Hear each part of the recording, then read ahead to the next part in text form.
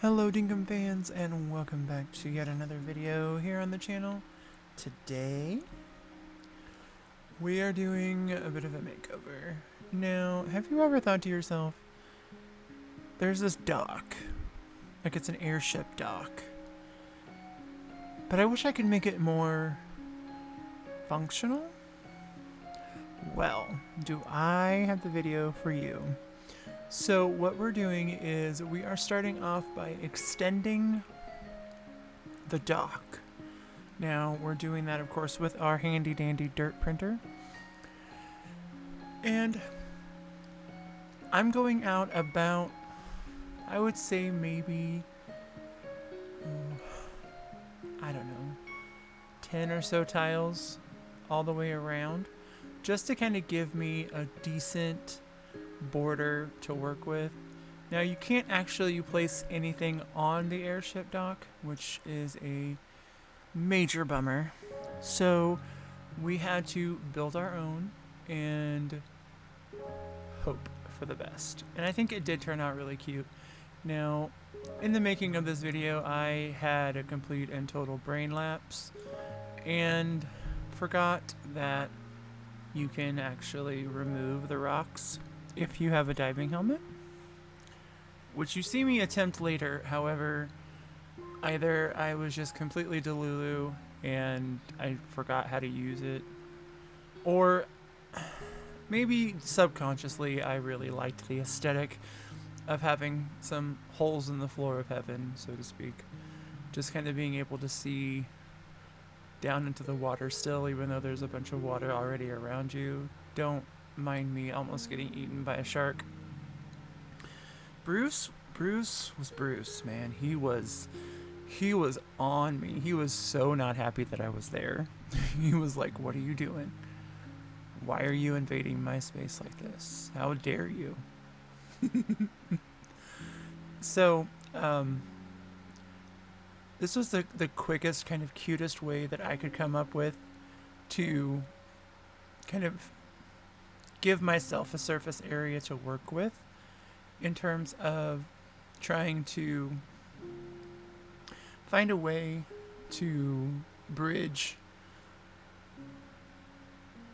and encase the dock in a really cute and effective way. And I think that when you're working on an island, it's important to have kind of a concept to go into it.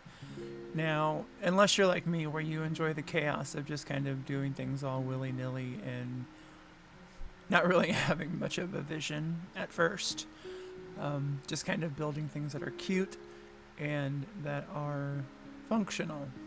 I think that's the biggest key, right? Making it functional and making it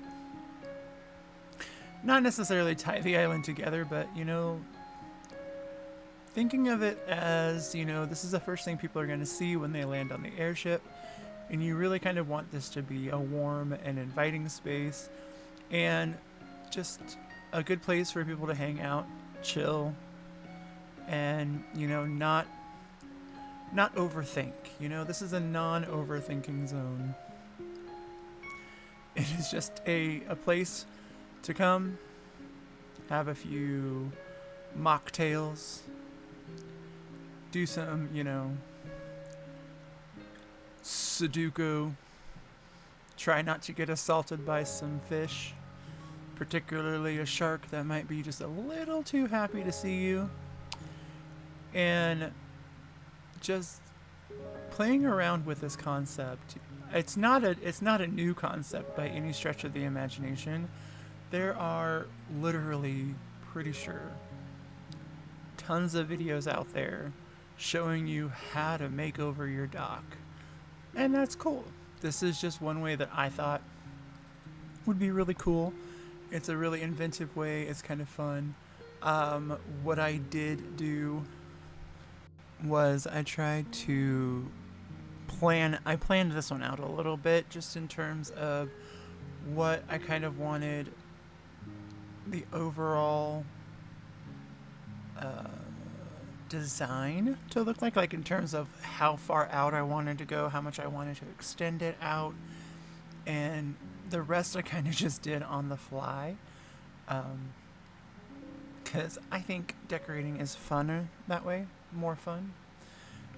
Because you aren't completely sure what results you're gonna get, and that's the beauty of this game, is that you can, with what we have available to us, you can create something incredibly beautiful and functional. And at the end of the day, like, it's a sim game, right? You're able to kind of live out your best life doing the things that you only wish you could do in real life. And so this game offers such a great release in terms of that. And I kind of had second thoughts about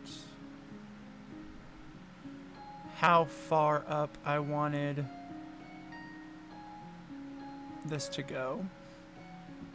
And so when I took this path away, I kind of regretted it a little bit at first, but then I thought, I was remembering like the Navy Pier, or like some kind of statement for the island. So what I decided to do, I built it up 3 spaces high, just to kind of give it a little bit more elevation, and then you could kind of see it in the distance. And to me, I think that really kind of was the feature that I was missing, because, as you can see, I have the letters to spell out my island name, and I thought that would be really, really cute to like welcome people in, and when they get off the airship, they know exactly where they're at. They know the island name, they know the fun that they're gonna have, because we don't do anything half-assed on this island. We do all or nothing, baby. That is what it is. And so I have a confession. I may or may not be obsessed with these festoon party light arches, just because they're so versatile, right? You can put them anywhere. They will go anywhere. And again, they make a statement, right? So my island's name is Calliope. So that is what we'll be trying to spell out. If I can stay upright, that would be awesome, actually.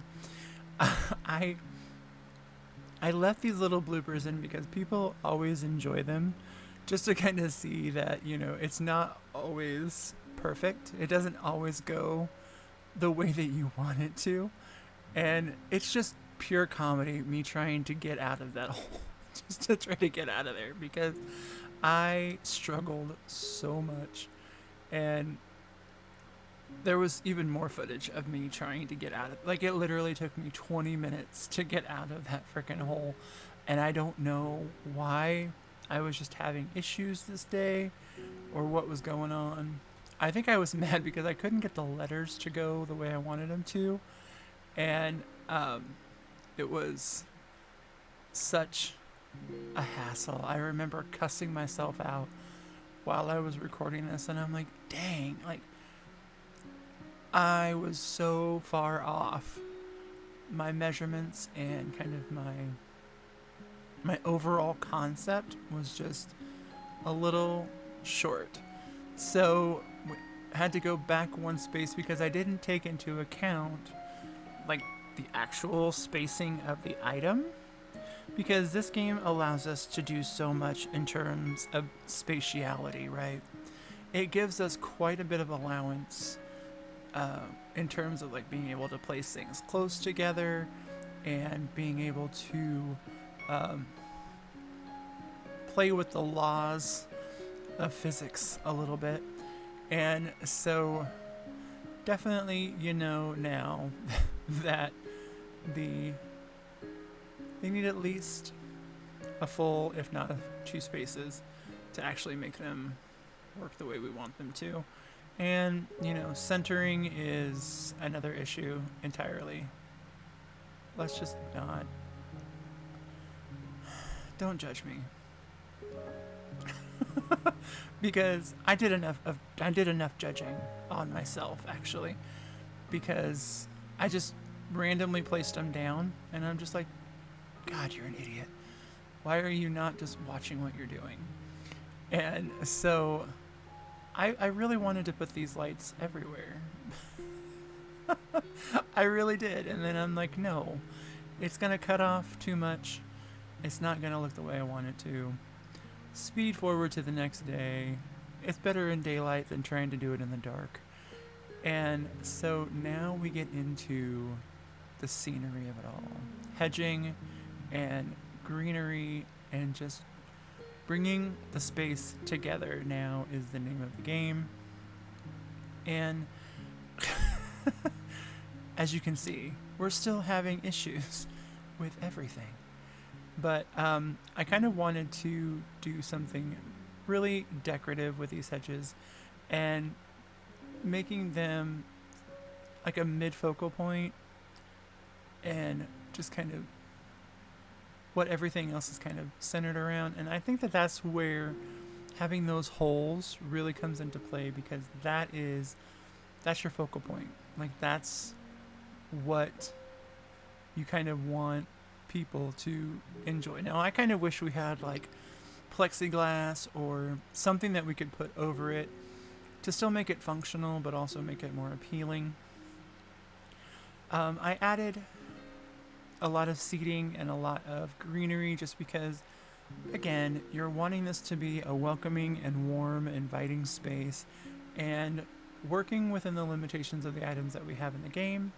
I kind of thought, oh, let's make it like a boardwalk almost. So we've got the gacha games, and we got, you know, something a little cheeky, I think, and kind of just like that nod to the Jersey boardwalk or to just any kind of oceanic attraction. And I think it turned out really, really cute. I tell you, this game has really reinvigorated me in terms of the bound of my decorative prowess. It's also sort of given me creative license a little bit to explore some things and some theme ideas that maybe I wouldn't have considered in the past. And, you know, those that know me and kind of know my Animal Crossing style, you know, I don't do beachy, I don't do like cottagecore, I don't do naturecore, I don't do any of those things. I'm very much either like a city guy or something very, very structured.